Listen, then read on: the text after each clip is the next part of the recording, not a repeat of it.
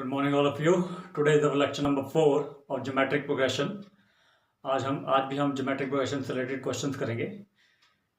Means जितने भी हमारे हाई लेवल के क्वेश्चंस हैं वो आज ट्राई करेंगे. And after that means lecture 4 के बाद हम ज्योमेट्रिक प्रोग्रेशन से means sum of n terms कैसे फाइंड करते हैं वो भी सीखेंगे. और एक जो लास्ट कॉन्सेप्ट हमारा था, आई थिंक मेरे maybe it's sum of 3 number. जब सम नोन हो तो हम 3 नंबर्स कौन से लेंगे, 4 नंबर्स कौन से लेंगे, जैसा हमने एपी वाले में किया था वैसे उसके बाद जीपी वाले में करेंगे. Then after that we will do geometric mean. Okay, तो प्लीज़ बी स्टे. चलिए स्टार्ट करते हैं from the question number 1. Question number 1 है हमारा, if the pth term, pth, qth and rth term of a GP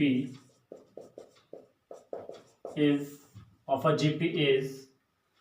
a GPR, of a GPR, ठीक है जी, x, y, z and z respectively. ठीक है, 3 terms दे रखी है, 3 टर्म्स की value दे रखी है आपको. एक pth टर्म की वैल्यू, qth की और rth टर्म की वैल्यू दे रखी है x, y, z रिस्पेक्टिवली. ठीक है, आपको प्रूव क्या करना है? देन प्रूव दैट ध्यान से लिखेंगे इसको, x की power q minus r dot y की power r minus p, x की power q minus r, y की power r minus p dot z की power p minus q is equal to 1. This is the question. देख लीजिए आपको क्या क्या given है और क्या क्या आपको प्रूव करना है. क्लियर? चलिए बढ़ते हैं, नेक्स्ट सॉल्यूशन स्टार्ट करते हैं. सबसे पहले गिवन क्या है? गिवन मेरे पास है TP दे रखा है मेरे पास x, TQ दे रखा है मेरे पास y एंड TR दे रखा है मेरे पास z. सबसे पहले देखिए इसमें डिनोशन, TP दे रखा है मेरे पास x, TP और TQ दे रखा है y एंड TR दे रखा है मेरे पास z. ठीक है, TP की इक्वेशन क्या बनती है according to term formula? General term formula क्या बोलता है? a इंटू आर की power p minus 1 equal to हो गया x. उसी तरह TQ क्या बना? a इंटू आर की power q minus 1 equal to y and a into R की power small r minus 1 equal to z. Clear? ये हमने जो हमारे को गिवन पार्ट है उसमें टर्म फॉर्मूला, जनरल टर्म का फॉर्मूला लगाया और उसको लिख दिया. This is your equation number 1, this is your equation number 2 and this is your equation number 3. Is that clear? Equation 1, equation 2 और इक्वेशन 3 आपने उसको डिनोट कर दिया. क्लियर है? अब इक्वेशन 1 और इक्वेशन 2 और इक्वेशन 3 पुट करने के बाद, ठीक है, ये 3 आपके पास इक्वेशन बन गई हैं. अब यहां से इसका जो नेक्स्ट स्टेप होगा, बड़ा इंपॉर्टेंट स्टेप है. आपको ऐसा क्वेश्चन आ सकता है और ऐसी वैरायटी भी है 2-3 क्वेश्चंस की. आपने इक्वेशन को लिखना है जो गिवन है, उसमें अगर जनरल फॉर्मूला लग रहा है उसको लगाइए और इक्वेशन 1, इक्वेशन 2 और इक्वेशन 3 डाल दीजिए. यहाँ से क्या हुआ, आपकी जो x की वैल्यू है वो ये पूरी वैल्यू x की बन गई, y की वैल्यू ये पूरी वैल्यू y की बन गई और ये पूरी वैल्यू आपकी z की बन गई. अब हम क्या करेंगे, जो हमारा लेफ्ट हैंड साइड पार्ट है प्रूव करने का, वहां से हम स्टार्ट करेंगे. लेफ्ट हैंड साइड लिखेंगे. नाउ लेफ्ट हैंड साइड क्या है हमारा? x raise to power q minus r dot y raise to power r minus p and z raise to power p minus q. Is that clear? Left hand side part लिखा मैंने. Left hand side part लिखने के बाद देखिए अब हम क्या करेंगे, ये जो वैल्यू है x की ये डाल देंगे दोनों तरफ. ठीक है, एक बार चेक कर लेंगे. लेफ्ट हैंड साइड पार्ट यही है आपका, q minus r minus p minus q. ठीक है, x की जगह फ्रॉम इक्वेशन 1, 2 एंड 3 x और y और z की वैल्यू डालिए. यहाँ पे x की वैल्यू डाली a इंटू आर की पावर p माइनस 1 की होल पावर कितनी बन गई? q minus r. क्लियर? उसी तरह y की वैल्यू डालेंगे. y की वैल्यू कितनी है? a इंटू आर की पावर q माइनस 1 और होल पावर कितनी होगी? r minus p. इसी तरह z की पावर डालेंगे. सॉरी जेड की वैल्यू डालेंगे, आई एम सॉरी, जेड की वैल्यू डाली ए इंटू आर की पावर स्मॉल आर माइनस 1 की होल पावर टी माइनस, ठीक है। एक्स वाई और जेड की वैल्यू मैंने डाल दी है from equation number 1, 2 and 3। After that हम क्या करेंगे, अब जो हमारी बेसिक कैलकुलेशन होगी वो इसमें अप्लाई कर देंगे। कैलकुलेशन मतलब जो भी मल्टीप्लाई हो रहा है या पावर मल्टीप्लाई हो रही है, तो सबसे पहले पावर देखिए, अगर ए की पावर ए क्या है होल, इस पूरे की होल पावर कितनी है क्यू माइनस आर, तो इसको अलग लिख दीजिए। ए की पावर होगी क्यू माइनस आर और आर की पावर होगी, पहले तो पी माइनस 1 है और बाहर कितनी है क्यू माइनस आर। क्लियर, सबकी पावर अलग अलग लिख दीजिए, मीन्स ए की भी और आर की भी। इसी तरह यहाँ ए की पावर कितनी हो गई आर माइनस पी, कितनी होगी आर माइनस पी, और इधर आर की पावर कितनी होगी पी सॉरी क्यू माइनस 1 की power R minus P. Clear, mean हर वेरिएबल की पावर अलग अलग डिनोट कर दीजिए जो भी हो रही है। यहाँ पे ए की पावर आ गई पी माइनस क्यू और यहाँ पे आर की पावर आ गई, सॉरी आर की पावर आ गई थी आर माइनस 1 और होल पावर कितनी होगी P minus Q. Is that clear, check कर लीजिए एक बारी। अब इसके बाद जो भी चीज आपकी मल्टीप्लाई हो रही है, ठीक है, वो करिए। हाँ जी, ए की पावर रही क्यू माइनस आर और आर की पावर देखिए क्या बनती है आपकी, आर की पावर बनी मेरी, मल्टीप्लाई कर दीजिए इसको P minus 1 into Q minus R, चाहे इकट्ठे लिख दीजिए P minus 1 into Q minus R. Clear, उसी तरह डॉट दूसरा क्या बना, ए की पावर बनी आर माइनस पी और उसी तरह आपकी आर की पावर कितनी बनी क्यू माइनस 1 ब्रैकेट में और आर माइनस पी दूसरे ब्रैकेट में। अब जाइए थर्ड टर्म जो मल्टीपल में है, ए की पावर बनी पी माइनस क्यू और आर की पावर बनी इधर आर माइनस 1 ब्रैकेट में और P minus Q. Clear, is that clear to all of you. Calculation थोड़ी लंबी है बट इजीली सॉल्व करके हमने क्या लेके आना है 1 लेके आना है, ठीक है। तो चलिए स्टार्ट करते हैं। ए की पावर क्यू माइनस आर, अब यहाँ पहले जो मल्टीप्लाई हो रही है पावर, इनको मल्टीप्लाई करके एक को बना लीजिए। हाँ जी, पी माइनस 1 को मल्टीप्लाई करना है क्यू माइनस आर से, तो क्या बनता है, सबसे पहले बनेगा पी क्यू, फिर माइनस के पी आर, फिर माइनस के क्यू, फिर प्लस के आर। क्लियर, माइनस के क्यू फिर प्लस के आर। आफ्टर दैट क्या बनता है, ए की power R minus P dot R की पावर क्या बनी क्यू आर माइनस के क्यू पी। एक बार चेक जरूर कर लेना, P Q P R then minus Q then plus R, ठीक है। क्यू आर देन माइनस के क्यू पी फिर माइनस के आर प्लस के पी। क्लियर, फिर डॉट अगेन ए की पावर कितनी बनी पी माइनस क्यू,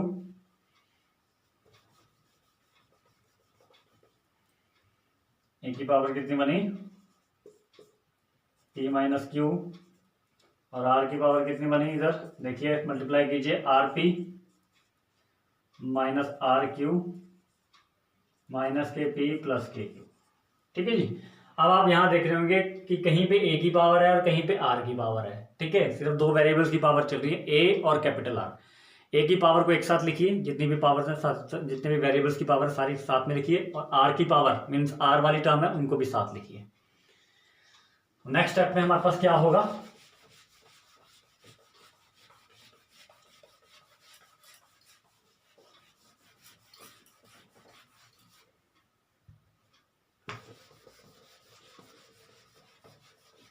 देखिए नेक्स्ट स्टेप में मैंने क्या किया, जितने भी ए की पावर है उनको इकट्ठा लिख दिया, A into Q minus R dot A into R minus P dot A into P minus Q, ठीक है।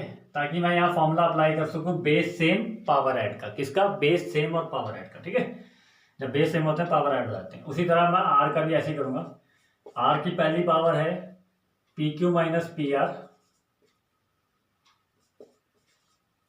माइनस क्यू प्लस आर, और उसी तरह दूसरे आर की पावर क्या है Q R minus Q P, Q R minus Q P minus R plus P. Clear, उसी तरह जो तीसरा आर है उसको भी यहाँ लिख दीजिए, R P minus R Q minus P plus Q. ठीक है, ये एक ही लाइन में है, आपका एक ही स्टेप है। चलिए now move forward to the next step. Next step में क्या करेंगे, फॉर्मूला अप्लाई करेंगे। किस चीज का फॉर्मूला अप्लाई करेंगे, बेस सेम हो तो पावर क्या हो जाती है, ऐड हो जाती है। चलिए बेस सेम पावर ऐड लगाइए formula. Power add means Q minus R plus R minus P plus P minus Q, ये एक ही पावर का हो गया सिस्टम। ठीक है, ठीक है जी। अब इसी तरह इस वाले आर की भी लगाइए। सॉरी, इसको नीचे लिख देता हूं।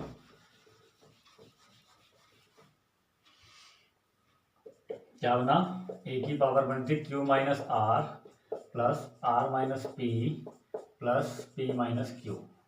ठीक है जी। अब इसके बाद आप लगाएंगे कैपिटल आर की पावर। बेस सेम है, पावर ऐड हो जाएंगे। लगाइए क्या बनता है, P Q minus P R minus Q plus R, फिर प्लस का sign, Q R minus Q P minus R plus P. ठीक है, इसी तरह दूसरी पावर भी, जो नीचे वाली पावर वो भी लगाइए, plus R P minus R Q. ठीक है, देखिए अगर स्पेस बच रहा है, आर पी आर क्यू फिर माइनस के पी और प्लस के क्यू, ये भी पावर में इसके साथ ही है। क्लियर। अब देखिए यहाँ पे माइनस के आर प्लस के आर कैंसिल हो गए, प्लस के क्यू माइनस के क्यू कैंसिल हो गए, माइनस के पी प्लस के पी, मतलब ए की पावर कितनी बची, 0 बची। ठीक है, उसी तरह आर की पावर देखिए कहाँ बचती है, पी क्यू है कहीं पे, यस, प्लस के पी क्यू माइनस के P Q cancel out, minus के पी आर प्लस के P are cancel out, minus के क्यू प्लस के क्यू कैंसिल आउट, प्लस के आर माइनस के आर, ये भी कैंसिल आउट, प्लस के क्यू आर माइनस के क्यू आर, ये भी कैंसिल आउट। बचा क्या, प्लस के पी माइनस के पी, ये भी कैंसिल। मतलब आर की पावर भी कितनी बची, 0। अब किसी भी वेरिएबल की पावर या किसी भी टर्म की पावर 0 हो तो वो क्या होता है, 1 के बराबर होता है, that is equal to 1। This is the right hand side, तो यहाँ लिखेंगे therefore left hand side is equal to right hand side, hence proved. Is that clear to all of you.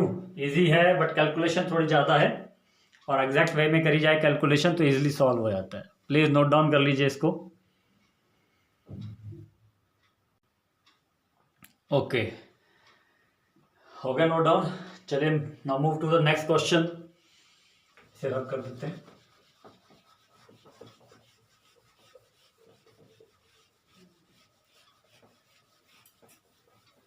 मिलते हैं नेक्स्ट क्वेश्चन में आपको। Okay, the next question है हमारा, please note down करिए। If the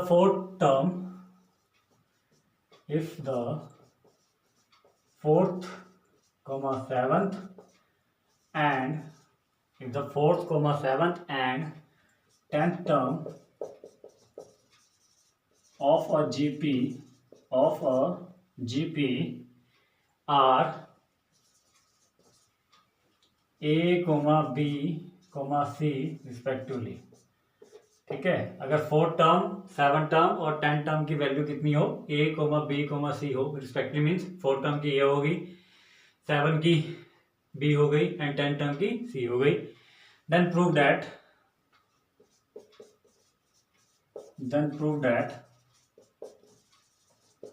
B square equal to A।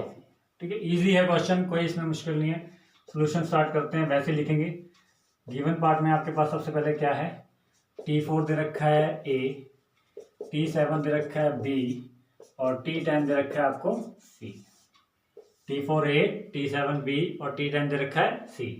T4 को मैं according to general term में क्या लिख सकता हूँ, A इंटू आर का क्यूब। अब याद रखिए यहाँ पे भी स्मॉल a आ रहा है जो जनरल टर्म में फॉर्मूले में होता है, और यहाँ पे भी a है।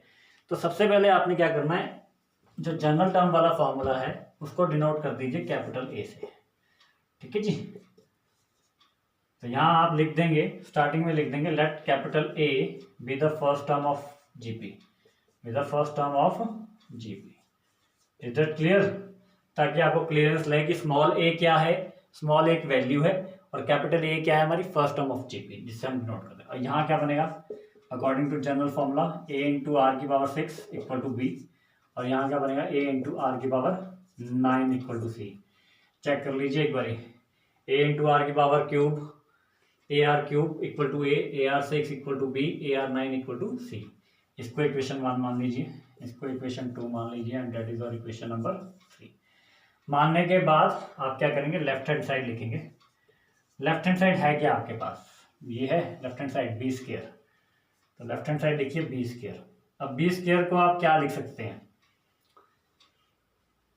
बी की वैल्यू कहाँ है, ये है ना ए आर 6, तो बी की वैल्यू यहाँ डाल दीजिए, ए डॉट आर 6 की वैल्यू का स्क्वायर, ए डॉट आर 6 की पावर आर की पावर 6 सॉरी का स्क्वायर। अब इसके बाद आप क्या करेंगे, स्क्वायर को मल्टीप्लाई कर देंगे अंदर वाली टर्म्स के साथ, तो आपके पास क्या बना देखिए,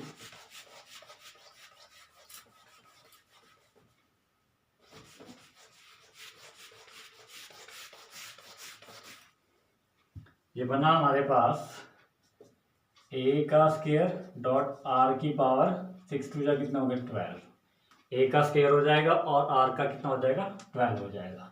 अब आप इसको देखिए, ए स्क्वायर को मैं क्या लिख सकता हूँ, ए डॉट ए लिख सकता हूँ, और इसी तरह मैंने लाना क्या है, देखिए मुझे प्रूव क्या करना है, ए इंटू सी लेके आना है। ए की वैल्यू क्या है ए आर क्यूब, और बी की वैल्यू सी की वैल्यू क्या है ए आर 9, मतलब आर को मैं डिवाइड कर सकता हूँ, आर की पावर को इसमें 9 और 3 में, बेस सेम तो पावर ऐड लिख सकता हूँ ना, आर की पावर 12 को आर की पावर 9 डॉट आर की पावर 3। इसके बाद लिखने के बाद आप क्या करेंगे, एक एक के साथ रख दीजिए आर की पावर 9 को, और एक एक के साथ रख दीजिए आर की पावर 3 को। इज दैट क्लियर, क्या किया मैंने, आर की पावर 9 को एक ए के साथ लिख दिया और आर की पावर 3 को एक ए के साथ कंबाइन करके लिख दिया। कंबाइन लिखने के बाद आप देख रहे हैं ये ए आर 9 किसकी वैल्यू है सी की, और ये ए आर क्यूब किसकी वैल्यू है ए की, बस ये पुट कर दीजिए आपका आंसर आ गया। इज दैट क्लियर, इजी है, बस लेफ्ट हैंड साइड में वैल्यू डालिए और राइट हैंड साइड में वैल्यू निकालिए। तो ये बना आपके पास, this is the value of C and this is the value of A from equation 1 and 2। यहाँ लिख दीजिए from equation 1 and equation number, अब इक्वेशन नंबर 1 और 2 में डालने के बाद उसको उल्टा, मतलब 2 इंटू 3 लिखो या 3 इंटू 2 लिखो, बात बराबर होती है, which is equal to R H S. यही हमारा R H S, left hand side क्या ली थी हमने बी स्क्वायर, और आर एच एस क्या आया हमारे पास ए सी, तो हम यहाँ लिखेंगे therefore left hand side is equal to right hand side, hence proved. Is that clear to all of you. देख लीजिए, इजी था क्वेश्चन, बस जैसा पहला क्वेश्चन किया, पहला थोड़ा लेंथी था, कैलकुलेशन लंबी थी, इसमें इतनी कैलकुलेशन नहीं है। बस आपको ये याद रखिए कि आपने R12 और ए स्क्वायर को कैसे लिखना है, ठीक है, कि कैसे हमारा a into C, small a into C आ जाए। Is that clear, okay. अब इसी तरह एक क्वेश्चन आपको होमवर्क दे रहा हूँ घर के लिए, उसको प्लीज़ कीजिए, इजी है, तो यहाँ पर मुश्किल क्वेश्चन दूंगा आपको, तो please note down the question for your homework.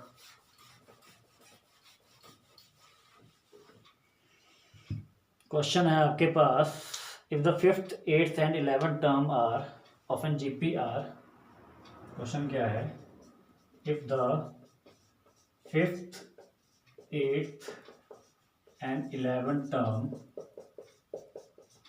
of a GPR, fifth term की वैल्यू है P और 8th टर्म की है Q एंड 11th टर्म की है कैपिटल S रिस्पेक्टिवली,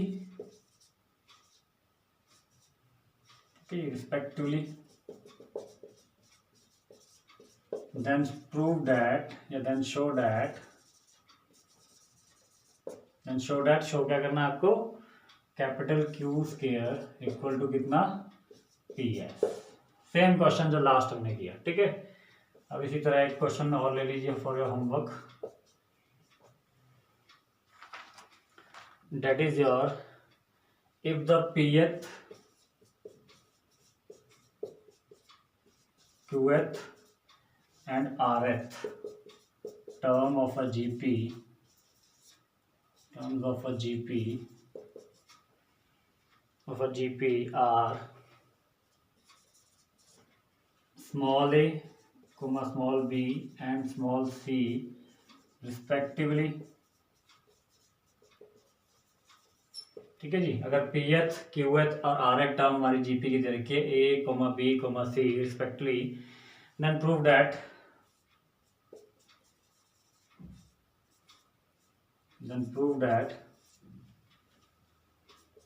क्या प्रूव करना है आपको, ए की power Q minus R into B की power R minus P into C की पावर P माइनस क्यू बराबर लेके आना है 1 के। ऐसे ही क्वेश्चन हमने फर्स्ट क्वेश्चन करा था लेक्चर की स्टार्टिंग में, वैसे ही क्वेश्चन है सेम। तो this is the homework for you, do it yourself and please solve कीजिए। अगर आपको कहीं भी किसी स्टेप में प्रॉब्लम आती है तो मैंने जो लास्ट क्वेश्चन ऐसे सेम क्वेश्चन करवा रखे हैं उनको देखिए एक बारी और दोबारा ट्राई कीजिए। अगर फिर भी नहीं समझ आता है तो आप मुझसे पूछ सकते हैं, प्लीज नोट डाउन कर लीजिए। उसके बाद नेक्स्ट क्वेश्चन करते हैं।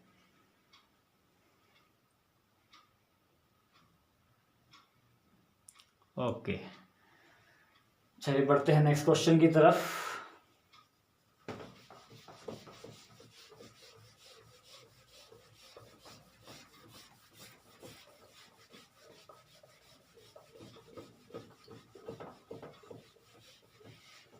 नेक्स्ट क्वेश्चन क्या है हमारे पास,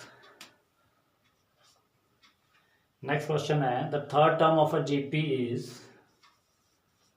द थर्ड टर्म, ये मैं आपको सॉल्व करके बताऊंगा। The third term of a GP is, third term GP की क्या है हमारे पास 4, कितनी है 4। अब हमें फाइंड क्या करना है, फाइंड द प्रोडक्ट ऑफ, ध्यान से देखिएगा इस क्वेश्चन को, find the product of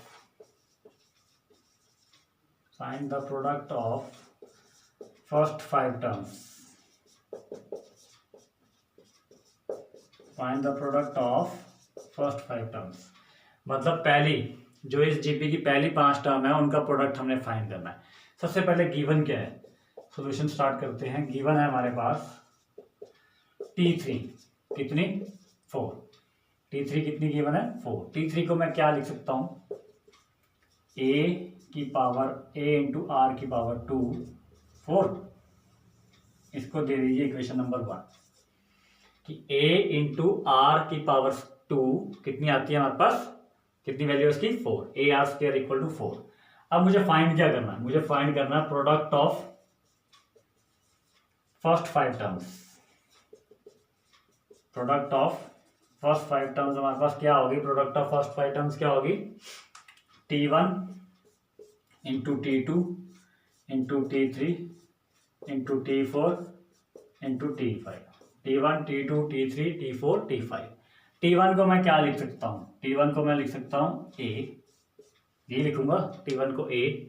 T2 को मैं लिख सकता हूँ A डॉट R, T3 को क्या लिख सकता हूँ A R स्क्वायर, T4 को क्या लिख सकता हूँ A R क्यूब और T5 को क्या लिखता हूँ A इंटू आर की पावर 4। यही वैल्यू लिख दूंगा टर्म की according to the general formula. ठीक है, क्या निकालना है, product of first 5 term, product of first 5 terms means T1 into T2 into T3 into T4 into T5 according to the general formula जो हमारा होता है टर्म निकालने का, उनकी उससे मैंने वैल्यू निकाली। T1 मतलब A, T2 मतलब A डॉट R, T3 मतलब A dot R square, T4 मतलब A R क्यूब और T5 मतलब A R 4। अब आपस में इसको मल्टीप्लाई कर दीजिए, मल्टीप्लाई करेंगे तो यहाँ बन गई A की पावर 5 और R की पावर यहाँ 1 2 3 प्लस 3 6 और 6 प्लस 4 10। तो ये मल्टीप्लाई करके base same into power, base same और पावर ऐड करके कितना आ जाएगा, A की पावर 5 डॉट R की पावर 10। Is that clear. अब मुझे तो इसकी वैल्यू फाइंड करनी है और गिवन देखिए इसका कहाँ यूज होगा, चलिए देखते हैं इसको।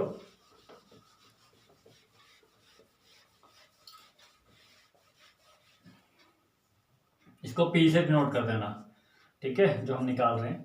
P इक्वल टू कितना आ गया, A की पावर 5 डॉट R की पावर 10।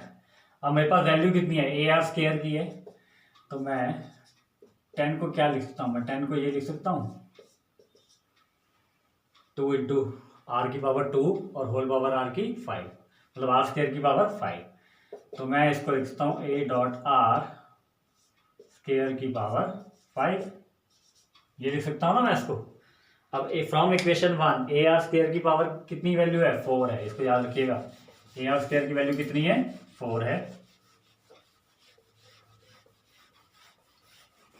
तो कितना आ गया आपके पास, A dot R square equal to की होल पावर 5, और ये फ्रॉम इक्वेशन नंबर 1 ये 4 की पावर 5 बन जाएगा, क्योंकि हमारे पास क्या है, इसका यूज किया, यूज इक्वेशन नंबर 1। ठीक है, इक्वेशन नंबर 1 क्या था, ए डॉट आर स्क्वायर की पावर कितनी थी, 4, वो मैंने पुट कर दी। अब 4 की power 5 means 4 into 4 into 4 into 4 into 4। ठीक है, ये हमारा होता है 64, और ये हमारा 16 मीन्स 64 इंटू 16, 64 इंटू 16 हमारा बनता है 1024। कितना बनता है, 1024। That is the answer. Is that clear? Please note down कर लीजिए।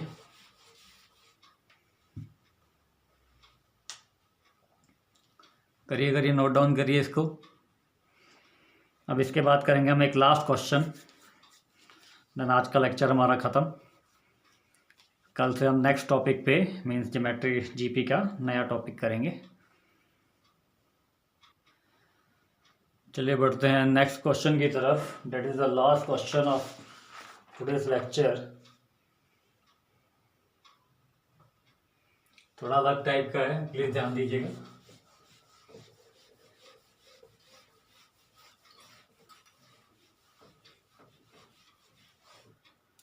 क्वेश्चन है हमारे पास, इफ द फोर्थ,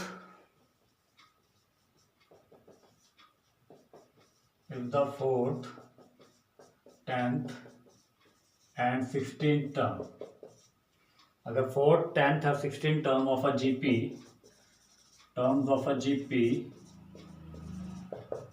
वो क्या है हमारे पास, are X comma Y comma and Z, अगर वो क्या है X comma Y and Z है रिस्पेक्टिवली। सेम क्वेश्चन है, बस इसमें थोड़ा सा जो प्रूव करना है वो थोड़ा अलग वैरायटी में दिया गया है। अगर 4th टर्म 10th टर्म और 16th टर्म की वैल्यू क्या है, X Y Z, then prove that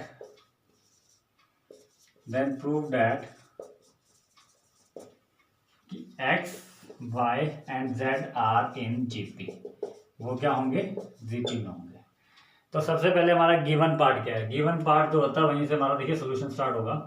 given part बोलता है कि मेरे पास T4 है x, Ty है सॉरी T10 है y, और T16 है z।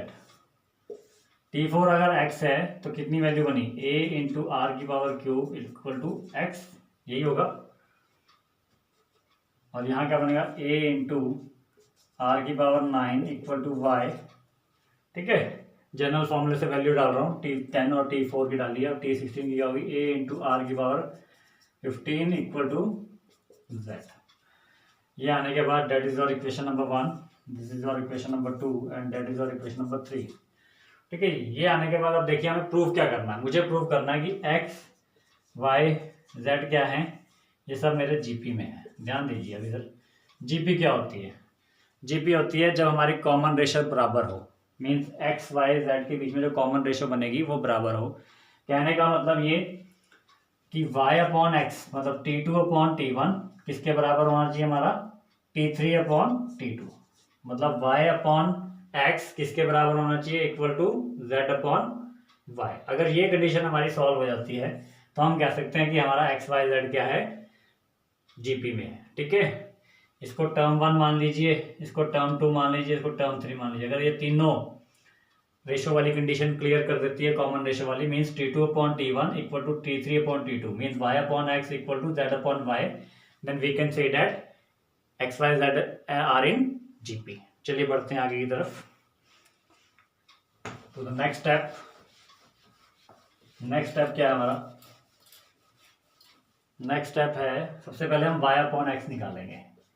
y upon x means y की वैल्यू कितनी है, a डॉट आर की पावर 9 और x की कितनी है, a डॉट आर की पावर क्यूब, जो कि हमारा सॉल्व करके आया था 6। ए से कैंसिल आउट हो जाएगा, ये ऊपर चल जाएगा आर, तो माइनस का 3, base same power add mean 9 - 3 कितने हो जाएंगे, आर की पावर 6। अब इसी तरह हम क्या निकालेंगे, z अपॉन वाई। z की वैल्यू कितनी है, a डॉट आर 15 और y की वैल्यू कितनी है, a डॉट आर 9। फिर यहाँ पे भी ऐसे ही हुआ, a की पावर a कैंसिल हो गए और r की पावर कितनी बनी 15 डॉट r की पावर कितना बनी -9, जो कि सॉल्व करके कितना आया था, r की पावर 6 आ गए बराबर। तो हम क्या लिखेंगे,